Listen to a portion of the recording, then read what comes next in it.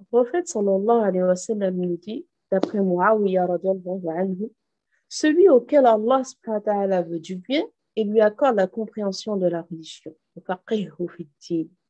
Yani, ça veut dire quoi? Ça veut dire que on a, si on a l'occasion, ou bien le cadeau, ou bien la chance de nous intéresser et voire même d'acquérir la connaissance, c'est que c'est une preuve d'amour d'Allah subhanahu wa ta'ala. Pourquoi? Parce qu'Allah subhanahu wa ta'ala, le prophète sallallahu alayhi wa sallam nous dit clairement que celui que Dieu aime, celui à qui Allah veut du bien, il l'instruit dans sa religion. Donc si nous sommes, c'est-à-dire que si je suis attirée par la connaissance, la science, euh, le fait de vouloir connaître mieux Allah subhanahu wa ta'ala, le fait de vouloir connaître mieux cette religion qui est le mode de ma vie, le fait de mieux connaître Mohammed sallallahu alayhi wa sallam qui est mon modèle à suivre, si je suis ici, mon cœur va vers ce chemin-là, c'est que c'est une preuve d'amour d'Allah subhanahu wa ta'ala. Allah me veut du bien. Subhanallah. C'est vraiment des hadiths vraiment à méditer. Donc moi, comme je vous dis, hein, on va juste par-dessus, Inch'Allah ta'ala, et j'espère que tout cela, Inch'Allah, va vous pousser, vous, à aller plus loin dans la réflexion et dans la méditation.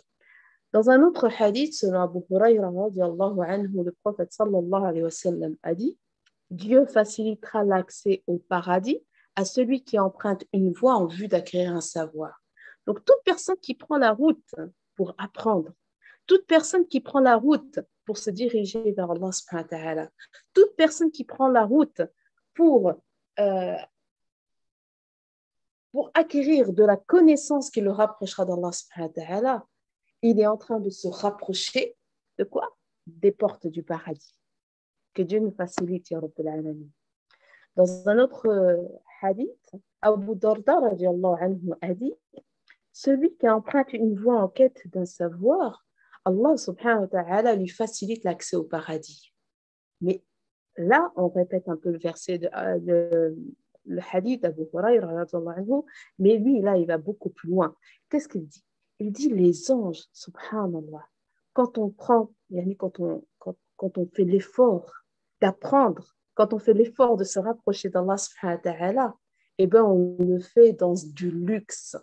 Je ne parle pas du luxe de l'or ou bien de tout tout ce qui est euh, éphémèrement luxueux. Moi, je parle du vrai luxe. Le vrai luxe, c'est quoi?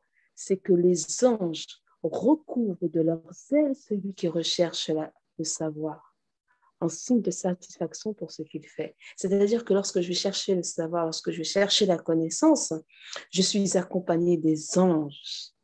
Et dans une autre version, on marche sur la route qui nous mène vers la science, on marche sur les ailes des anges. Ya Allah, subhanallah. Imaginez quand, une personne de renommée vient, ou même une personne célèbre, qu'est-ce qu'on fait? On lui met le tapis rouge. Nous, si on prend le chemin de la science, le chemin vers Allah subhanahu wa ta'ala, le véritable chemin vers Allah subhanahu wa ta'ala, qui est le chemin de la science, subhanallah, on ne met pas un tapis rouge, mais les ailes des anges. Subhanallah. Et ça, c'est vraiment quand on médite, c'est fort. Subhanallah. Ceux qui se trouvent dans les cieux et sur la terre, ainsi que les poissons dans l'eau, demandent le pardon pour cette personne, demandent le pardon pour celui qui va chercher la science. Subhanallah. Toi, tu te démènes pour apprendre, pour comprendre le message d'Allah, et en échange, tout cela, tu le fais où? Tu le fais dans un confort et même dans du luxe. Non seulement tu es accompagné par les anges, on marche sur les ailes des anges, mais en plus, les créatures autour de nous prient Allah subhanahu wa ta'ala pour qu'il nous pardonne. Subhanallah. La supériorité du savant sur les dévots et les prophètes n'ont laissé en héritage, excusez-moi, ceux qui se trouvent dans les cieux et sur la terre, ainsi que les poissons dans l'eau, demandent pardon pour le savant. La supériorité du savant sur le dévot est comparable à la supériorité de la lune par rapport aux autres astres.